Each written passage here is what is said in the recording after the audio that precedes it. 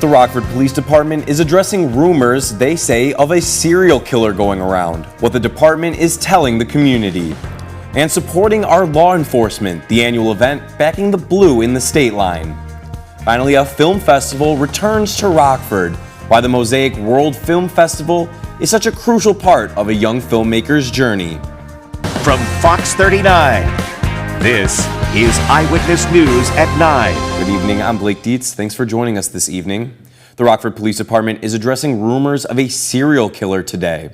In a post on Facebook, the department says that it has been made aware of social media posts about a serial killer on the city's west side. Those rumors are indeed false, according to officials. The department went on to say there was a police presence on the west side recently, but it was related to an isolated domestic incident. Legitimate threats to the public safety will always be communicated through official channels, the post concluded. Firefighters are called to a second barn fire in Boone County in as many days today. Crews were called to the area of 20932 Burr Oak Road in Capron for reports of a barn fire this afternoon. Smoke was seen, as you can see, coming from structures on the property. Charred remains were also seen. Not much else is known at this time. We're working to bring you more information, and we'll relay that as soon as it's made available. A crash in Loves Park sent 2 people to the hospital this afternoon. This happened at the intersection of Windsor and Alpine Roads. An eyewitness told us at the scene that both drivers, a male and female, suffered injuries to their extremities and head respectively. They were both then taken to a hospital for treatment. Their conditions are unknown at this time. The cause of the crash is also unknown, and we'll bring more information as it becomes available. Dozens of local riders kicked up their stands today to support law enforcement. The 5th annual Back the Blue rally was held at Crazy Times Pub and Grub in McChesney Park. The rally started at 11 a.m. It's a 100-mile police-escorted ride. Participants rode throughout Winnebago and Ogle County down into Oregon before ending back at Crazy Times. The bar's owner helped to start the rally and says it's one small way to show support for our heroes who support the community every day. It's good. Law enforcement, our first responders, all of them, they go through a lot. We can't imagine some of the stuff they have to see or they see, and some of the stuff situations they're put into. So it's good for the community just to show support and give back and tell them we appreciate them. It's one of the biggest things that we can do on our side to help them and again, show support. Wizdala says over 100 riders took part in the rally today. A Rockford area nonprofit brings attention and support to those in need. The St. Vincent de Paul Rockford Diocesan Council hosted its 8th annual Friends of the Poor Walk today. The goal was to bring awareness to issues surrounding those in poverty and raise funds to help people in need. The walk is a nationwide event and was started 18 years ago by the Society of St. Vincent de Paul. They're a Catholic organization that works to support anyone struggling with poverty. Council President Laura Ortiz says they've seen an increase in those struggling with homelessness. We have helped over 3,800 people in Winnebago County this last year with $303,000 of assistance. So there is a great need in our community. And we see that need increasing because the cost of living is going up, the cost of rents are going up, and people are being priced out of their homes. So it's a real issue that all of us have to think about. It affects our whole community. Ortiz says one of the best ways to help address homelessness is to continue pushing for affordable housing. Kids and parents had some fun today, all while learning how to stay safe. UW Health hosted its 2nd annual Kids Safety Fair on the campus today. Over 50 local agencies, including police and fire departments, were in attendance. They provided interactive booths where kids could learn about poison safety, CPR, and more, while also enjoying some fun things like face painting, balloon animals, and food.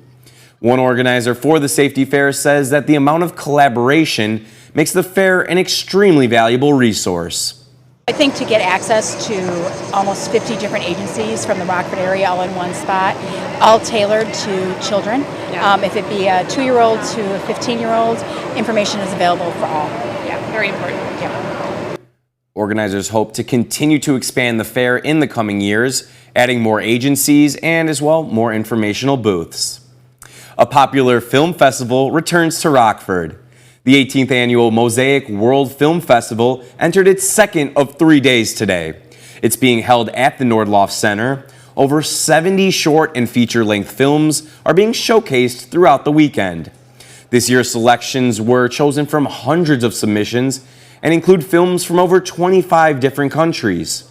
We spoke with a Rockford area independent filmmaker who had his film screened today. He says festivals like these are crucial to creating the next generation of famous filmmakers. I love just going in and watching a lot of the kids that have just started, and they have their kind of own style, and I'm just like, wow, I did not think of that at all. And and for me, I'm more of a documentary filmmaker, but I love watching these people do narratives, and so just picking their brains on their process is something that I always do. And as a reminder, again, the festival runs through Sunday. Screenings for tomorrow will begin at 11 a.m. and end at 6 p.m.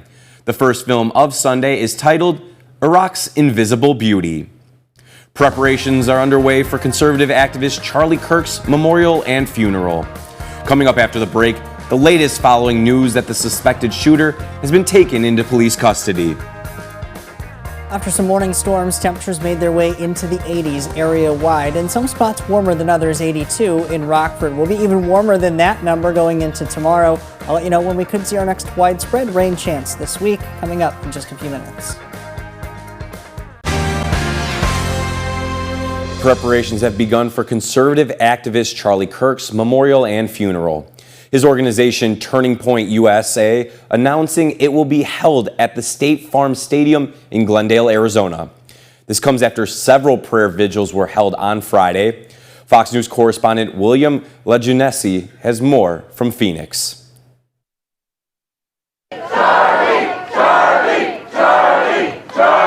Vigils held around the country for conservative activist Charlie Kirk, days after his fatal shooting in Utah. In Phoenix, a memorial continues to grow outside Turning Point USA. Kirk co-founded the political nonprofit to rally young conservative voters, and Friday night his wife spoke for the first time, vowing to continue his legacy. The movement my husband built will not die. It won't. I refuse to let that happen. Kirk died Wednesday in a shocking shooting caught on camera by many during a speaking event at Utah Valley University. Police described it as a politically motivated assassination, sparking a nationwide conversation on the rise of political violence. We should be able to talk. We should be able to say our opinions and our beliefs without being scared of what happened. A 22-year-old man from Utah, Tyler Robinson, has been identified as the suspected gunman. His family turned him in this week, telling police he had become, quote, more political in recent years and had confessed to being involved. Police were seen outside his family home collecting evidence and towing his car away on Friday. I am so thankful for them. That had to be unbelievable decision, and I should hope that all of us parents would do the same. Formal charges against Robinson are expected next week. He is currently being held without bail in Utah. In Phoenix, William Lajeunesse, Fox News. In reaction to Kirk's death have been widespread throughout the globe.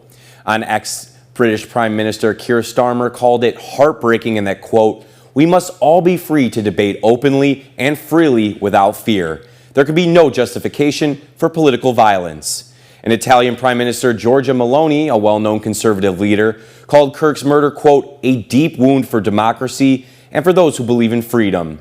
She added, my condolences to his family, his loved ones, and the American conservative community. Summer is back with one of its last hurrahs this weekend, with temperatures reaching again into the 80s. Coming up after the break, meteorologist Jordan Wolf will join us to plan out the week ahead and how long these summer-like days could continue as we approach the first day of fall. His forecast is next. Now, your First Warn weather forecast from meteorologist Jordan Wolf. It was a downright hot day for some spots, really not that far away from the state line. Temperatures made their way into the upper 90s for some spots. 97 was the high temperature in Springfield today, as well as in Davenport. 96 in Des Moines. We were much cooler around here in the state line, mainly because of those morning storms that rolled through, helping to prevent some of that warmer air mass from reaching us. Those storms didn't really impact a lot of areas in the state line, but did help to lay down an outflow boundary, and that frontal boundary sitting down to our south and our southwest really prevented a lot of that warmer air from making its way our direction. Some of those storms produced some pretty intense lightning early this morning, along with that heavier rainfall. Locally here, we didn't really get much in the way of that heavy rainfall. The Rockford Airport only picking up just shy of 1/4 inch of rain, but there were some spots to the north, mainly north and east of Madison, and a pretty narrow axis that ended up getting even 1, 2, or 3 inches of rainfall. Still dry here into the later part of our evening around the area. Mercy Hill Skytrack camera overlooking Rochelle here this evening. A little bit of cloud cover still lingering in the area, but a broad area of some lighter pressure gradient moving in, and that's really going to keep a lighter wind around here through the night tonight. And that lighter wind paired with the clearing sky could allow the potential for some fog to develop overnight tonight. The densest of that fog would be up to the north and the northeast, where some of that heavier rain came down earlier this morning, but there is a potential for some patches of fog area wide that could limit that visibility down around a few miles or so. Again, that densest fog, where it could be down under a mile or even less, that would be mainly up to the north and northeast of Rockford, where some of that heavier rain fell this morning. Whatever fog that we do get likely doesn't stick around too long into the early hours of tomorrow morning. That potential for a few patches of fog overnight, 63 the overnight low, an easterly wind only 5 to 10 miles per hour.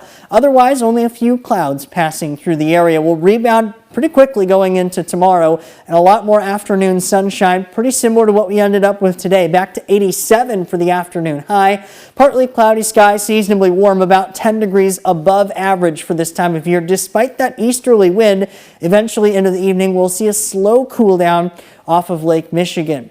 The pattern this week going to be blocked in the upper levels of the atmosphere. That's where we have this high pressure sandwiched in between a couple of low pressure systems, and that blocking pattern will keep us locally here in Rockford pretty warm, but also relatively dry, as that high pressure does not allow a lot of moisture to work our direction, and therefore ends up keeping us relatively dry and pretty consistent day after day. You see a little bit of that moisture trying to develop just out to our west. There is a slim chance for a few isolated thunderstorms, mainly along the western fringes of our viewing area. Think along the Mississippi River as we head into Sunday, Monday, and even into Tuesday. But if you're closer to 39 or even east of that, likely staying dry at least through the middle part of the week. And that's what computer models continue to suggest, keeping any of that measurable rainfall just in those western fringes of the viewing area through about Tuesday. But by the middle part and later part of the week, eventually that ridge and that blocking pattern will start to break down. And when it does so, it'll bring a cold front our direction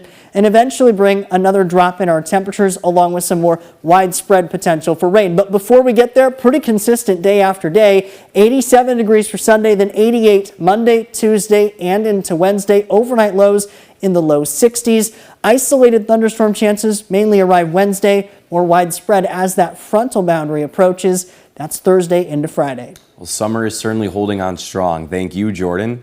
Drew's in next with sports. The Cubs legend returned to Wrigley Field today. You can stick around to learn all about it. Now sports with Drew Collins. Wrigley's doors are always open for the Rizzo family. Chicago welcomed back the legend in open arms with their game today. Anthony walked in with his wife Emily and their newborn son, while he wore the jersey that was autographed by Lurie's Children's Hospital cancer patients that he visited throughout the years in Chicago. He made his way to the bleachers, where he sipped on a few cold ones and hung out with some fans. And then in the second inning, Moises Ballesteros hits his first big league homer right to Rizzo. Funny enough, Rizzo missed the catch, and he joked by saying, "That's why I'm retired." Some sports moments just give you goosebumps. Well, unfortunately, the game wasn't as special. The Cubs blew an early 3-0 lead, but current first baseman Michael Busch breaks the deadlocks with the homer towards Rizzo's direction. After a homer surrendered off Porter Hodge, Nick Fortes cranks a solo bomb to make it 5-4. The Cubs nearly completed a rally with a walk-off in the 9th, but the train came off the tracks after Swanson was caught going to home. The Cubs need 7 wins to clinch a playoff spot after the 5-4 loss. The fact that they believed in me enough to bring me over here to Chicago and give me the opportunity to play every day in 2012, play every day in 2013, and really become a big leaguer was awesome. And it's been an amazing run with them. The Sox were shut out yesterday in their series opener with the Guardians. Lenyn Sosa got the boys started. He's been really good as of late. He sends this one all the way to the wall. And just like that, the Sox strike first. But unfortunately, that's all they had. This was the lone run scored of the entire game. The Guardians had 2 deep shots to give them the series dub. The Sox fall 3-1. The series finale will be tomorrow at 12:40. The Badgers had the tall task of the Crimson Tide today in Alabama. Bama went up 2 scores after this wide receiver was wide open. That is just way too easy. And then with less than a minute to go in the first half, Ty Simpson finds Isaiah Horton, and they extend their lead 21-0. There has been a lot of doubt for this Bama staff and the team, but they made sure there's no doubt with the level that there is in college football. And clearly the Badgers are not on that level. With some of the big dogs like the Badgers, they go up 28-0 before they even can get on the board. Bama cruises to a win, 38-14. That's sports. We'll be right back. All right, Drew, so me and Jordan are Cubs fans, so we obviously thought that was an awesome moment. What did you think of from your perspective? I mean, that was just such a great game to watch. Even as a Reds fan, it's like, who doesn't love Rizzo? Yeah. Such an awesome moment, and I think Chicago did it right. I mean, the welcoming back, the whole situation, the jersey. What are the chances the home run ball gets hit to him? I know, Although 1 in a million. 1 in a million. 1 in a million, absolutely. And the guy's first career homer, too. Yeah. Like, that was pretty crazy. Incredible. They lost, but it's still a moment that you guys for sure will probably remember forever. Yeah, I think anybody who watched the 2016 team, it was such a big moment.